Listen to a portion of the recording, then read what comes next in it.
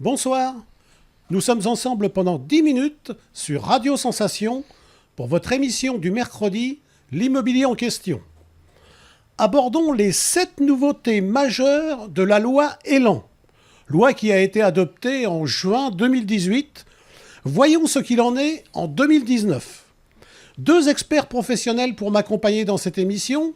Xavier Ruher, courtier en prêt immobilier à Bernay, bonsoir. Bonsoir Pascal. Jacques Cernet, agent immobilier à Bernay, bonsoir Jacques. Bonsoir Pascal. Alors, la loi Elan, on va s'adresser à notre agent immobilier. Que veut dire cette loi Elan ? Quelle est la définition de la loi Elan ? Et Elan, ça veut dire quoi ? Alors, Elan, c'est l'évolution du logement, de l'aménagement et du numérique. Qui suit peut-être la loi Allure, puisque on avait Exactement. fait une émission sur la loi Allure. Donc C'est ça. Ça suit la loi Allure et ça modifie certains aspects de la loi Allure, notamment dans le but de faire évoluer certains types de contrats ou certaines normes pour pouvoir libérer de la surface foncière. Est-ce que cette loi Elan s'inscrit dans ce que vous demandez, les agents immobiliers ? Alors oui, il y a une partie qui s'inscrit dans ce qu'on demande, nous, agents immobiliers, notamment vis-à-vis de la clientèle pour la simplification de certaines opérations, parce qu'il y a une législation tellement poussée qu'à un moment donné, signer des contrats, ça devient quelque chose de très lourd. Xavier, est-ce que vous tenez compte de cette loi Elan lorsque vous avez un dossier qui vous est fourni pour trouver de l'argent Absolument pas. Absolument pas. On regarde pas ça. On est toute la partie compromis, elle est toujours faite par des professionnels de l'immobilier. C'est très rare que 2 particuliers ne passent même pas par un notaire pour faire un compromis. Donc là-dessus, on considère que ça a été fait comme il faut dès le départ. C'est vrai qu'on ne va pas vérifier. En plus, on n'en a pas les compétences. On n'a aucune formation de vrai agent immobilier. On peut pas vraiment aller fouiller. De temps en temps, quand on voit qu'une famille avec 4 enfants achète une maison qui fait 40 mètres carrés, bon, là, on va creuser un petit peu. Mais c'est plus sur la commodité et sur la réalité du projet que sur les détails de loi qu'on ne connaît même pas, finalement. Alors, parlons un petit peu de ces modifications dans cette loi Elan. Elles sont au nombre de 6, 7, 8 peut-être. Vous pouvez nous en énumérer quelques-unes, Jacques ? Alors il y a une décision en phare, c'est le bail de mobilité. C'est-à-dire que maintenant, quand vous êtes étudiant ou quand vous allez avoir un emploi dans une zone, avant il fallait chercher un meublé où on était obligé de signer un bail de 3 ans, ce qu'on appelle la loi 86. Maintenant, nous avons un nouveau bail de mobilité qui est sur une durée de 1 à 10 mois et qui surtout permet de ne pas déposer de dépôt de garantie. Pas de dépôt de garantie et le locataire peut s'en aller, on va dire, quand il veut presque. Exactement. Quelqu'un qui est muté, par exemple, à 200 km ou 100 km de son domicile, qui est obligé de se loger, bien évidemment, ça évite le refus du poste, en fait. C'est ça. Alors, qu'est-ce qu'il y a d'autre encore sur, par exemple, la caution ? Est-ce qu'il y a des apports ? Alors, il y a une modification majeure, pas législative, quoique un petit peu. C'est-à-dire qu'avant, quand vous portiez caution pour quelqu'un pour une location, vous étiez obligé de recopier un texte interminable en 1, 2, 3 exemplaires en original. Je ne sais pas si vous l'avez déjà fait, mais c'est assez contraignant. Cette loi Elan autorise à ce que ce texte ne soit plus recopié de façon manuscrite. Et ça, c'est un gain de temps énorme.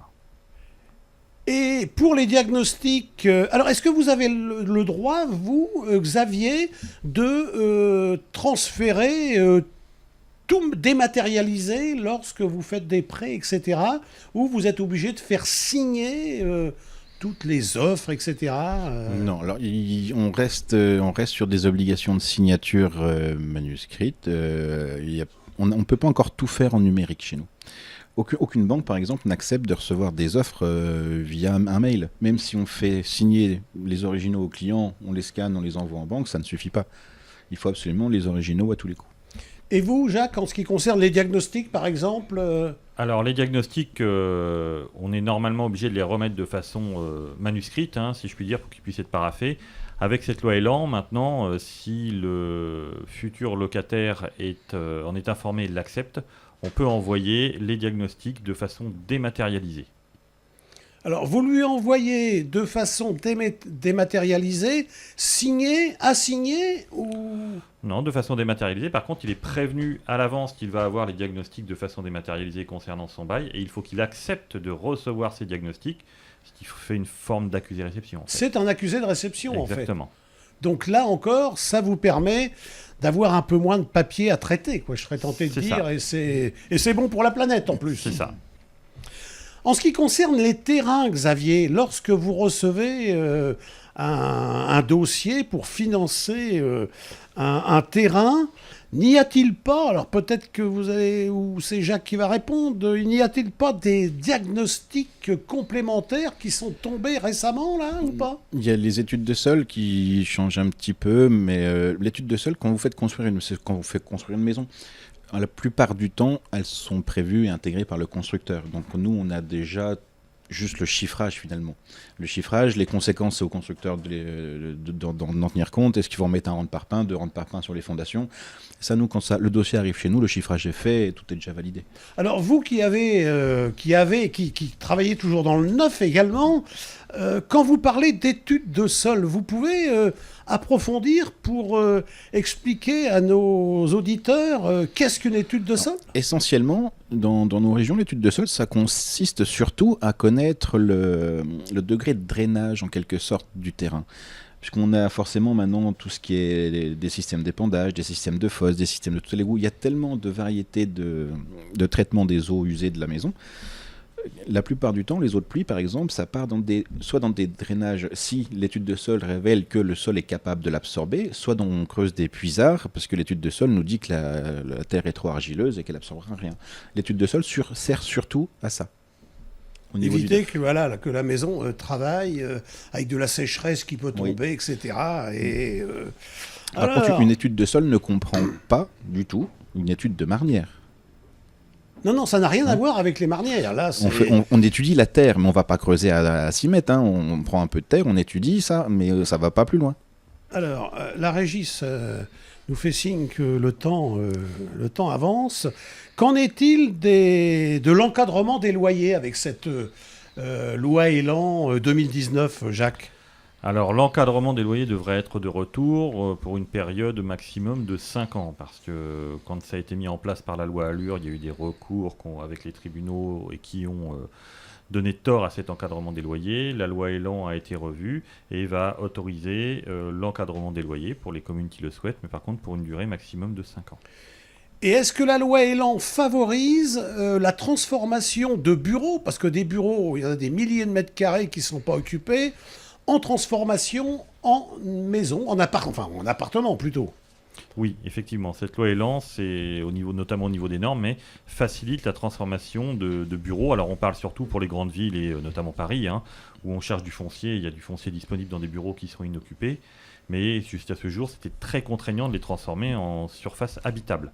La loi Elan simplifie cela et permet de transformer plus facilement des bureaux en habitation pour qu'on puisse libérer de la place. Messieurs, on arrive à la fin de cette émission. Je voudrais quand même, Jacques, m'adresser à vous en tant qu'agent immobilier.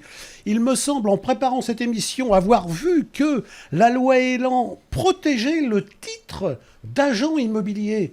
Et que pour être agent immobilier, il faut être diplômé, il faut avoir une carte professionnelle, et tout le monde n'est pas agent immobilier, même si d'autres personnes sur le marché font de l'immobilier.